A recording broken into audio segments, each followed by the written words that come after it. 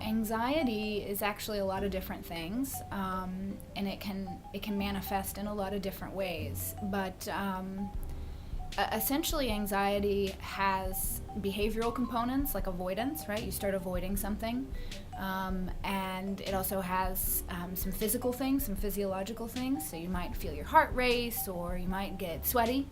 And then there are also some thinking or cognitive aspects of anxiety as well. But all that to say, we use that word really broadly sometimes when we say I feel anxious, perhaps easily, right? And so I think that we might also define anxiety just as kind of that feeling of fear or apprehension about something that's about to happen. To differentiate between, just being nervous or having some anxiety versus having what we would call an anxiety disorder is an important distinction to make. So I think that we can all say we've experienced anxiety at various points in our life.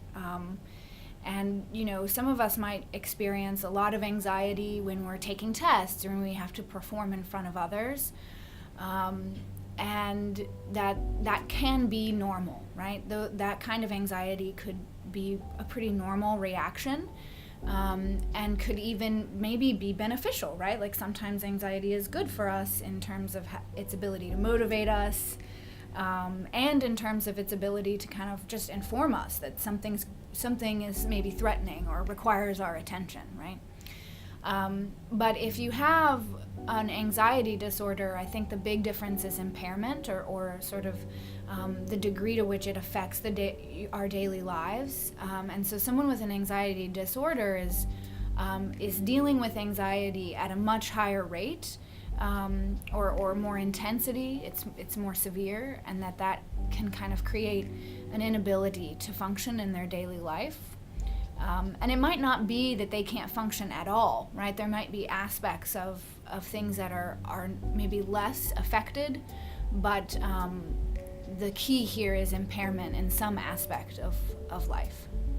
I think that anxiety, like one of the more common forms of anxiety is generalized anxiety disorder. And this is where there is worry and anxiety about a lot of different things in a lot of different aspects of someone's life. And another common form of anxiety in teens and young adults would be panic. And panic is having panic attacks and being really afraid of having another panic attack, which can lead to avoiding certain situations or avoiding certain people, or and then I think maybe the most common would be maybe social anxiety, which is feeling anxious around others. But again, I really want to underline that all of those you might hear me say that and think, oh, that sounds a lot like me, and just remember that doesn't necessarily mean you would meet criteria for the disorder, because it again comes to that sort of level of impairment that really determines whether it's a disorder or whether it's like almost normal levels of anxiety.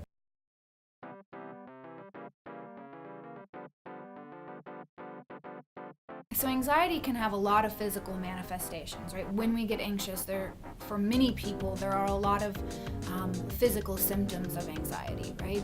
So it can make our heart rate, as I mentioned earlier, increase. It can also make us have trouble breathe really rapidly. We might feel like we're choking. We might sweat.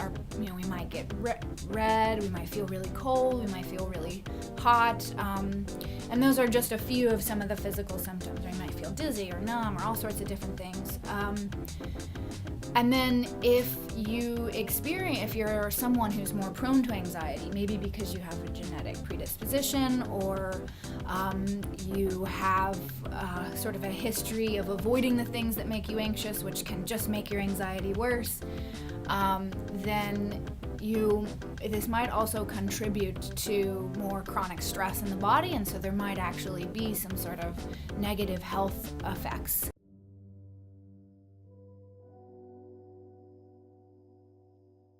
Actually, I originally was interested in theater and I wanted to become an actress. And when I was in theater school, I learned a lot about how to develop compassion and how to really believe sort of the extremes of human possibility, if that makes sense, right? You're in a play and you have to do something crazy, like imagine, murdering someone or something awful like that, right? And as an actor, you're taught that you really need to believe that you could do this, and so it's really about getting at some of the basic motivations of humans and what drives us.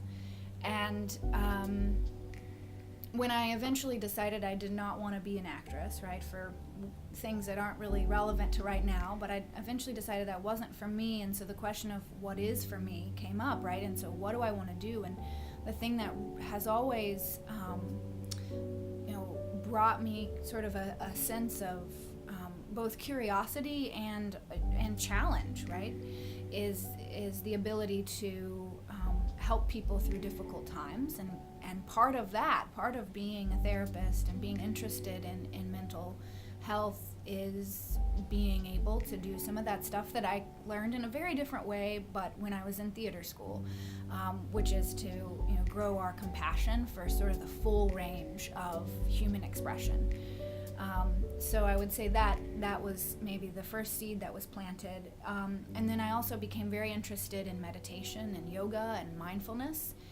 And I realized that clinical psychology and becoming a therapist as well as becoming a researcher were both ways to study and also provide these resources to people in need.